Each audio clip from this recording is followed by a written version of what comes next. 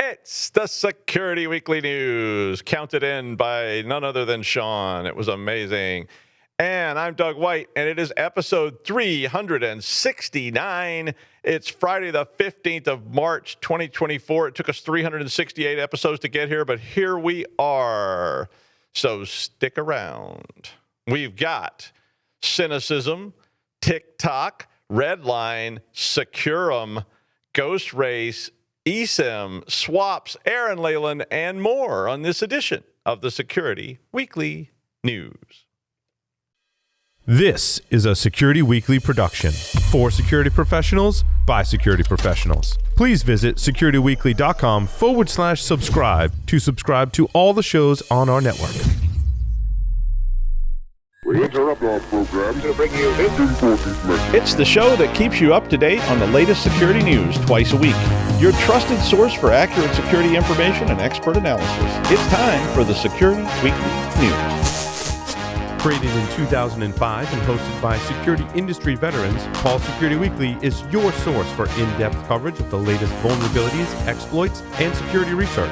Our weekly security news discussion dives deep into the security issues we face today and potential solutions in a fun and lively atmosphere. Each week, we bring on guests from the security community to learn about their journey and discuss topics relevant to their work and research. You can also subscribe to our show by visiting securityweekly.com/subscribe or look for Paul Security Weekly in your favorite podcast catcher. We've recorded a ton of content over the years, so we created Spotify playlists featuring some of our favorite episodes, including interviews with Marcus Random, John McAfee, and Chris Roberts, to name a few. You can find them at securityweekly.com/starter packs. All right, it's the Security Weekly News. Thanks for hanging around. Now, if you don't know, this is the last day that I get to use the studio. So in the future, I'll be streamed from, I think I'm relocating to like that corner in Grand Central Station where those guys ask for money all the time. So there may be some other interesting things going on. Homeless people, buskers. It's going to be a total circus, but who knows? But I will miss this smoky old place with a giant bar and humidor. And, but all things do change. I've been filming stuff here since like 2016, if you can imagine that. And I was kind of hoping to die in this studio, but, that's the way it works. That's life. All right.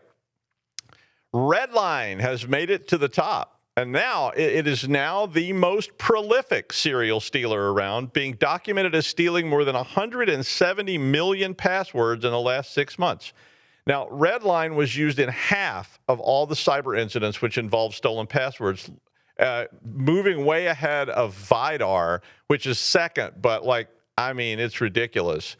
Number 3 on the charts was Raccoon Stealer, with Meta, CryptBot, RisePro, SteelC, Azurult, Aurora, and Dark Crystal being the top 10 credential stealers that are currently being used. Now, all this data came from the known breached password list by Kraken Labs and SpecOps. So Kraken Labs said they analyzed 359 million stolen passwords to find out what malware was actually being used. Not sure how that works. I don't know how you look at a stolen password and know what malware was used to steal it. They must have some kind of mechanism for that. But, that's what they said. Now, Redline was first seen back in March of 2020, and it typically exports your personal information like credentials, crypto wallets, financial data, and it was a financial, banking stealer all along. But it takes all that, sends it up to the command and control infrastructure. Excuse me. But it can also be used to deliver crypto miners. It can deliver whatever. It's a command and control infrastructure. If they have access to your system, they can do whatever they want. But it is most commonly distributed to victims using phishing campaigns, along with compromised Google or YouTube accounts. Now, Vidar is an updated version of Archive, and it's usually distributed as a Microsoft-compiled HTML help or CHM file. Vidar is also distributed sometimes as a component of the PPI malware service, private loader, and it's also found in the Fallout exploit kit and the Calabri. It sounds like the same name that makes lighters, as well as Ghost Pulse. Raccoon Stealer is a malware as a service that is rentable by the month. I wonder how long before they have like a dark web IPO. Like they'll be the first company to say, we're going public, we're a publicly traded criminal organization. I mean, they're almost there, right? I mean, you offer the investors a chance to earn those fat stacks of cash from phishing. Yeah, I mean, think about that. But very interesting stuff. It's definitely time you review your policies about how you allow people to download things and how are you controlling what they're clicking on, because eventually somebody's going to click one of these things, and then, this doesn't just have to steal their money or their credentials. Those credentials may be your credentials in your company as well. New online investment scams are moving to the next level. A lot of the original scams pretended to be real companies in phishing attacks. So they would just say, we're Bank of X, and okay. But, and how you think you're listening to E.F. Hutton, but it's actually a guy named Bob in Scarsdale kind of thing. I mean, these new ones are now completely fake organizations with fancy names. They got registration details and very high return and yield promises, and they're all run by bots pretending to be, E.F. Hutton. You remember E.F. Hutton, right? Their tagline, it was like their ads ran from like the 60s into the 80s, like when E.F. Hutton talks, people listen. That's good advertising, though, right? I still remember that ad. I mean, the whole shtick. Especially people smoking and drinking martinis, and everybody's sitting around the lounge in the Park Avenue, and somebody says, "When E.F. Hutton," everybody, that kind of thing. I don't think they use that anymore, but I do remember it. I don't even know if they still exist. I know they got bought by Lehman Brothers, but I think they got spun off later or something. Anyway, the Federal Trade Commission, or the FTC in the United States, said that these types of scams are growing rapidly, and that more than $4.6 billion with a B of fraud losses occurred just in the United States last year, and all those were due to investment scams. And this is the highest category of loss that they track. Now, the modern scams have a whole ecosystem of bots, which make it look totally legit, just like a real trading platform. They got communities, they've got forums, they've got support systems, they've got consultants you can talk to that are all bots. They have real platforms and trading. I mean, I don't know how long it'll be before they sort of bridge the gap and go, well, we might as well just move into being a real trading platform. But you've got a bot there telling you to go deep into JTS hard drives. If you don't remember, JTF's hard drives, there's a reason for that. But I mean, maybe it really isn't Mr. Hutton from Teaneck, New Jersey, but it's some other guy. It's Body McScamface over in Williamsburg. Can criminals still afford Williamsburg? I doubt it. But I mean, maybe put out some cautions about this to your people, because this kind of thing, this horizontal diversification may branch out, and they may, instead of just scamming people, they may start saying, well, we have full and total access to your system because you downloaded our malware, and then that malware gets, moved into your company, and they use that to fleece more than just the sheep. So be careful. Well, now lots of people are talking about this potential TikTok ban, which won't work, by the way. It won't change anything, but hey, when you don't know what to do, at least this is a U.S. thing. When you don't know what to do, and there's all kinds of problems around, make a big fuss over something that you can fix. And I'm putting air quotes on that if you're listening. I mean, that's a U.S. politics staple. I mean, it's like, oh God, TikTok. I'm politician man, here to save the day. And the foe has been vanquished, and your children are now safe. But, kind sir, what about Kotkit? What about those Kyrgyzstan Chinese chips that are in everything we own and every piece of military hardware? And there's this whole new app called LOL Cats. Are you going to ban those too? Have that ban removed. I mean, that's how these things go, right? I mean, they focus on this one thing, they ban this one thing, and it does absolutely nothing to change what's really going on. But anywho, another Chinese product to join, well, all the products that you have is now being called out because it's about commercial safes and locks. Now, a letter from a U.S. senator to the NSCS director, that's another part of the government, is urging the White House to sound the alarm on certain safes and locks, and then blames the U.S. government for covering up their security risk. Now, I love how these secret government committees call out other secret government committees for not being transparent enough. Yeah, I'm cynical. So apparently, according to this, most commercially available safes in the U.S. include, wait for it, manufacturer reset codes for their locks. So when you put that really cool combination that you came up with in, and then you forget it, and you locked your backup codes in the safe for, safekeeping, that, and then you call the company and say, I locked all my backup codes in the safe for safekeeping, and I even have the owner's manual in there because I can't open it. And the company goes, oh, that's no problem. Let's give you a secret code you can use to open, like those hotel safes. People know all the codes, and that's what that is. Now, law enforcement has really been into this because then they can request that these backdoor codes be provided to them. In the U.S., they require a warrant. But the letter says that these codes can be exploited by foreign adversaries to steal information somehow. Now, I'm not exactly sure how that works because I'm like, it's a physical thing.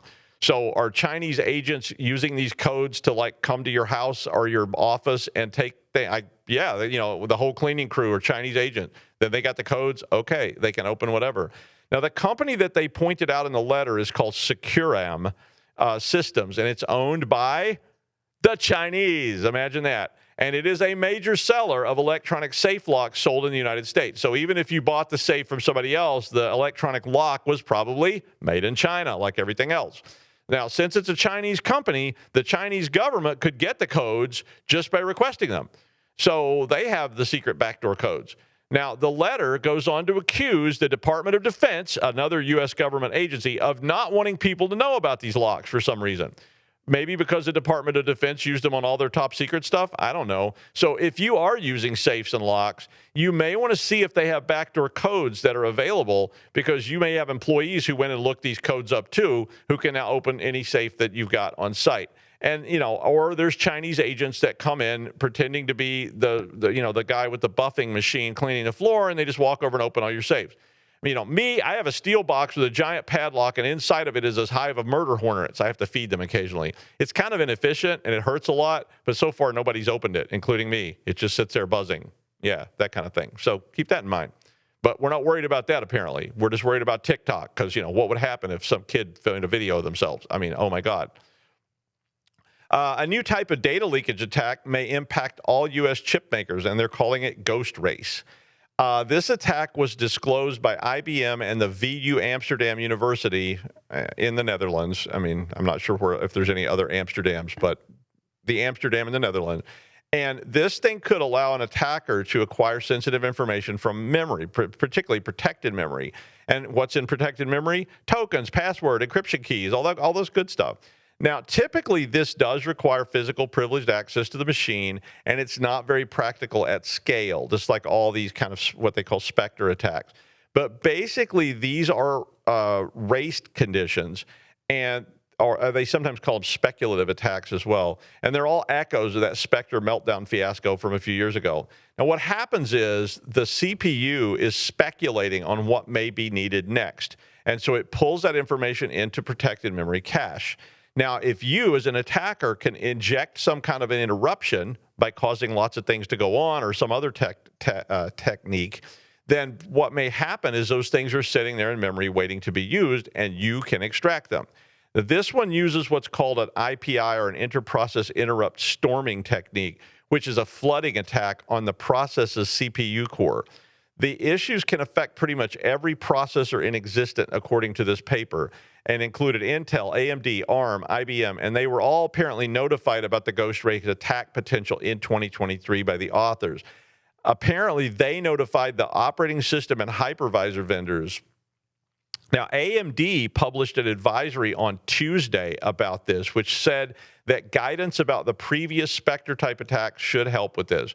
The Zen hypervisor, spelled with an X, has released an advisory as well. Linux developers have developed a rate limiting feature, but say they are not taking any further actions because this does start to affect performance.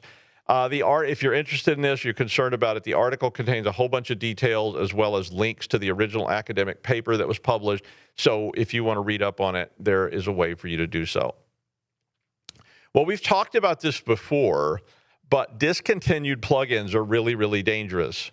Apparently, thousands of WordPress websites are at risk of being compromised and taken over due to critical severity vulnerabilities in 2 mini orange plugins that were recently discontinued.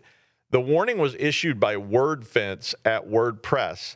And the two plugins they listed were Malware Scanner and Web Application Firewall, both produced by Mini Orange. And both of these were closed out and discontinued on the 7th of March after a critical flaw was reported. The flaw itself is a missing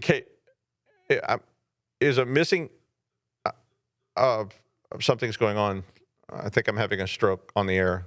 I don't know. Anyway, the flaw is a missing capability check in a function, and it can allow unauthenticated attackers to escalate to admin privilege levels. They can then update the password for any account on the site as long as they know the username, which, they could probably either get that or guess it. Malware Scanner had over 10,000 active installations, and Web Application Firewall had more than 300 installations when they were shut down last week. So if you have any of these things, you should delete them as soon as possible was the recommendation, maybe sooner than possible.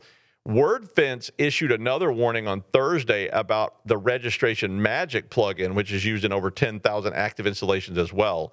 This one is patched, but the point here is that you may well be using these things if you have WordPress or anything. And if you're using plugins, you need a plan to maintain and review these things regularly, or they will just sit out there until someone gets you. I mean, you got a website, it's sitting out there for HR, it's been sitting there for years and years and years, and, it never gets updated, it never gets reviewed, and these things get discontinued. And, of course, people can take over these discontinued ones as well, right? They can put one with the same name up and all kinds of stuff. You have a plan, right? I hope so. Well, SIM swapping is a very frightening thing to me. Somebody just talks, bribes, or somehow gets your SIM reassigned to a new one, and they plug it into a phone, and then they can pretty much access your phone. And, when you think about what's on your phone, it gets kind of scary at that point. So when you get a text, they get a text, so eeks, very dangerous. Now, this new attack says that they may have adapted attacks to use eSIMs, or embedded subscriber identity modules. Now, these are not physical SIM cards anymore. These are digital cards that are on mobile devices and wearables, and they're the same as a physical SIM card, but they can be reprogrammed remotely, unlike a physical SIM card. See where this is going? So eSIM is very popular because it eliminates the need for a physical SIM and some little tiny needle that you use to extract it. You remember those things for your iPhone? You got a little teeny hole, and and they give you that little tool when you buy an iPhone, and then you lose it later, and you're trying to use a paper clip, and it doesn't work, so you end up with like a sewing needle. Yeah, that kind of thing. But an eSIM is found in a lot of things now, and it is a much bigger target because it can be accessed remotely and reset. FACCT, a Russian cybersecurity firm, said that SIM swappers have been taking advantage of this in Russia, and that they've recorded more than 100 attempts to access the personal accounts of clients in online services at just a single financial organization last year. Now, this all means that you no longer need that social engineering / bribery aspect of SIM swapping. This new approach just basically breaches the account with stolen or leaked credentials, and then they infiltrate and port the eSIM over to a new device. This deactivates your device, and you can't even get back into it at that point. So then they have your SMS messages, which basically means they can compromise your multi-factor if you're using SMS, because when they go to Banco de Anonima, well, the prove your identity thing is sent to your phone, and Bob's your uncle. Authenticator apps are better because they don't necessarily get those when they do this. And, of course, physical keys are the best multi-factor, so YubiKeys and things like that, from preventing this from being a problem at all. Obviously, this could be used to compromise your organization, too, if you're using SMS to control access to your VPNs and things like that. I mean, think about that a little bit. You may want to caution your employees about this and think about ways to prevent it, and particularly to get away from that SMS messaging multi-factor, because the SMS messaging stuff is so weak in general. Well, the House of U.S. Representatives passed a bill which would call for the forced sale of TikTok in a 352 to 65 vote. Now, this is not a law yet. I just want to make that clear. It was passed by a single branch. And in the United States, they pass it, then it goes to the Senate, and then it goes to the president to be signed. Now, the president has said he would sign it. I don't know that he knows what TikTok is, but he knows it's something these kids are doing. And now, if they did go through all that and we get through about 50 years of court cases, before it actually sees the light of day. Who knows? But you get a bunch of old people together and tell them the commies are coming for your grandchildren, and by God, they take action. Let me tell you, big action. Let me tell you, this is going to fix all the problems in the world, because the TikTok or the Google or whatever these kids are up to today is just no good. And the other day, I saw a woman show her ankles on the kinetoscope, and a bunch of people started running in circles and worshiping the devil. I tells you, we gots to ban it. This kinetoscope will lead to no good. That's right. For the children.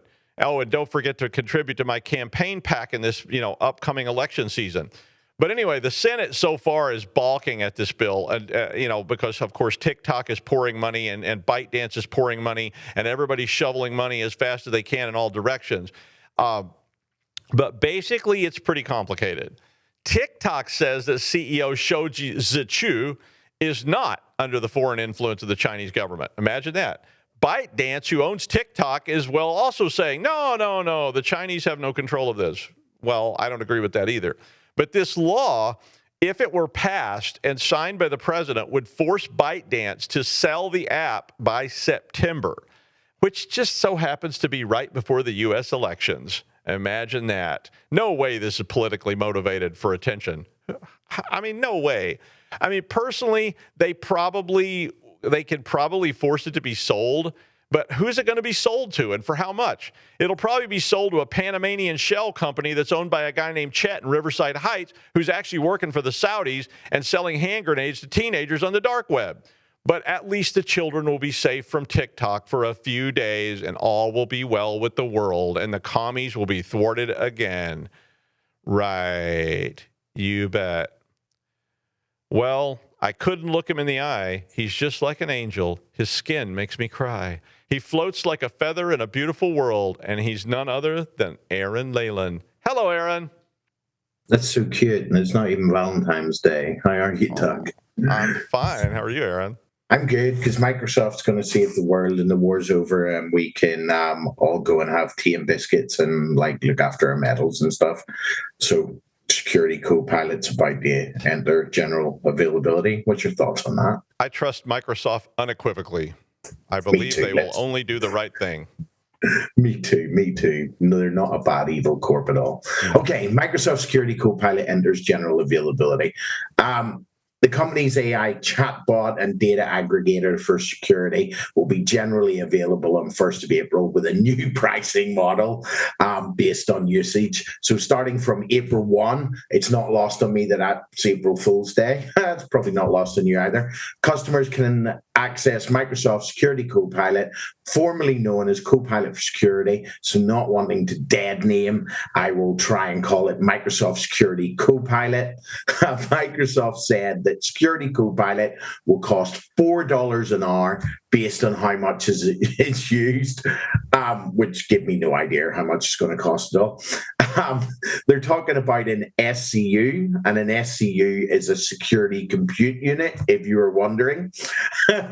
So I asked Copilot what this meant today, and they told me that customers are billed monthly for the number of SCUs provisioned hourly at a rate of $4 per hour with a minimum of 1 hour use. So that cleared that up, right?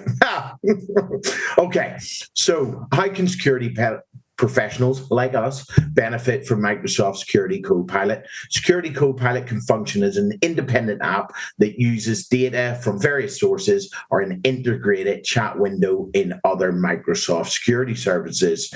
Apparently, it gives recommendations on what a security analyst could do next, depending on a conversation or an incident report.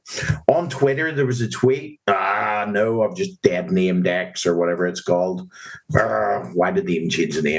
Anyway, the more interesting stuff. This is what apparently currently the top 10 commands for those who have had a taste preview of Security Copilot. Okay, we have 10 top 10 common commands to run on Security Pilot.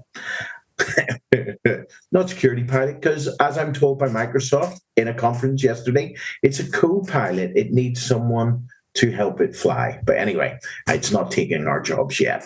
Or is it?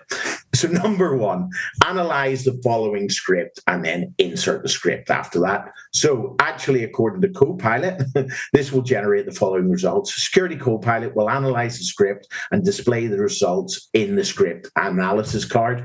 I guess that's some sort of feature thing.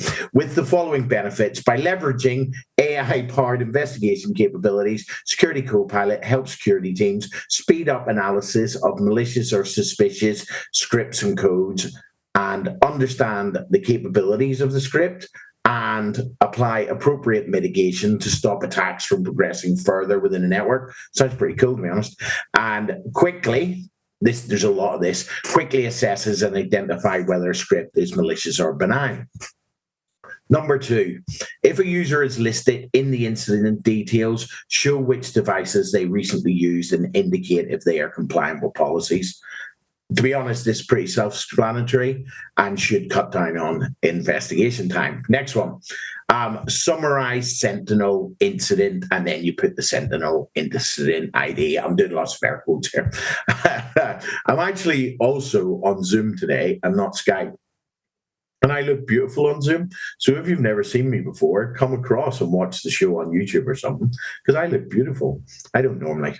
Okay, this one's also self-explanatory and certainly looks like it will be an accelerator for understanding, should it actually give the most important advice, of course. Next one, show me top 5 DLP, as data loss prevention or protection and all that stuff, alerts that I should prioritize today. I actually really like this one. I do spend time interacting with the DLP function, and it's a massive weighty task. There's a lot of information there to wade through and see what's going on. So I honestly think I think this may help to make the best use of your time, and it might help with that fine-tuning sweet spot that we all search for. Next, show me the Intel profile for threat actor, add a threat actor in here, and create a bulleted list of associated indicators for this actor.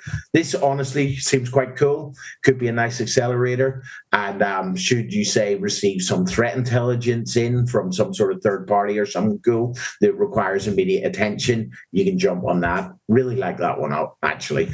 It pains me to say I like something of Microsoft. But anyway, they're not all bad. They're just evil, right? Anyway, can you summarize IOCs related to this Intel profile into a list and give me direct links for Microsoft Defender Intelligence Portal? This, like the last one, has a great use case after receiving some top-notch intel. That could have went very wrong. And you and your analysts can get right into the good stuff. Next one, describe the impact of this policy on users and highlight settings that conflict with existing policies. This is also quite nice. Hopefully before doing something you might regret, you might get a warning that you're going to upset a big group of users, probably the senior leadership team or something. So if it saves you from a red face or being sacked, might be good. Next one, why was insert a username here prompted for MFA? It just sounds like a good way to speed up fault finding, if it works, if it listens to the natural language, and if you can tell it what you want and it comes back naturally with it. Sounds pretty cool. Next, generate and run a KQL query within Microsoft Sentinel to hunt for break glass account usage. Right, this is way down at number 9. That doesn't mean anything. They're not in order. This may be the greatest of accelerator for me, and that I've seen in this, especially when it comes to analysts doing what I like to call the cool stuff.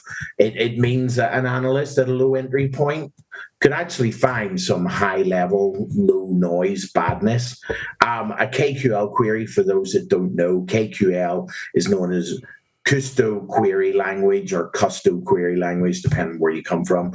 And it's a tool for searching, analyzing, and visualizing data. This is from Microsoft, by the way. It's like a supercharged search engine for big data. Imagine you have a giant library of information. KQL helps you find exactly what you're looking for, understands patterns, or even predict what might happen next based on that data. It's mainly used within Microsoft's Azure Data Explorer, a big data platform, but it's designed to be easy for anybody to learn, even if you're not a programmer. That's what they say. It's not actually that easy. It is good. It has a lower bar of entry, but with natural language commands, it's got a really low bar of entry, so pretty cool. Number 10, last one, append comment to ServiceNow incident. Good old ServiceNow, other ticketing tools available. Looks like a good way to save time. So, in conclusion, if you learn the system, you can put this to great use. I actually believe that. I can't wait to get my hands on it. And I hope the SCU is not super budget hungry. That just makes it a waste of time. So talking about, I put a hungry man with hungry eyes. I was probably drunk when I wrote this, but back to Doug in the studio with the hungry eyes. Aw. Forgive me when I wrote this, or when I was dreaming when I wrote this. Forgive me if I go astray. So yeah, great. All right, thank you, Aaron. And finally, the Federal Communications Commission has changed the internet speed benchmark for the first time since January of 2015. Wow. And back then, or now what they're saying is that broadband, by definition, should provide at least 100 megabits download and 20 megabits upload in order to be called broadband. Still sounds pretty light to me. But the old standard was 25 megabits download and 3 megabits upload. And that's been with us for a long time. But the vote was still 3-2, if you could believe that, because the opposition, of course, is from the industry, because the FCC guidelines may, if you can't define it as broadband and you're providing broadband to libraries, schools, underserved communities, and all that good stuff, and you know how much big business hates libraries, schools, and underserved communities, But basically, it doesn't sound like a lot, but it does have a huge impact on rural areas, tribal lands, and other underserved communities, so that everyone has access to, TikTok. But sorry, I'm going to change the name of the show to Cynical Weekly News. But the report did say they were setting a long-term speed goal of 1 gigabit download and 500 megabit upload. I'd like that. My provider sells me something that's got giga in the name, but it doesn't actually have that kind of speed despite the name.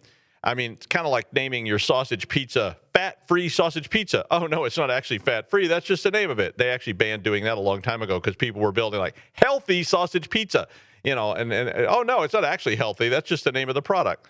See, more cynicism. That's what you get here. But that's the news for the last time from this studio. Thank you, Aaron, and we will see you next time from some unknown location on the Security Weekly News.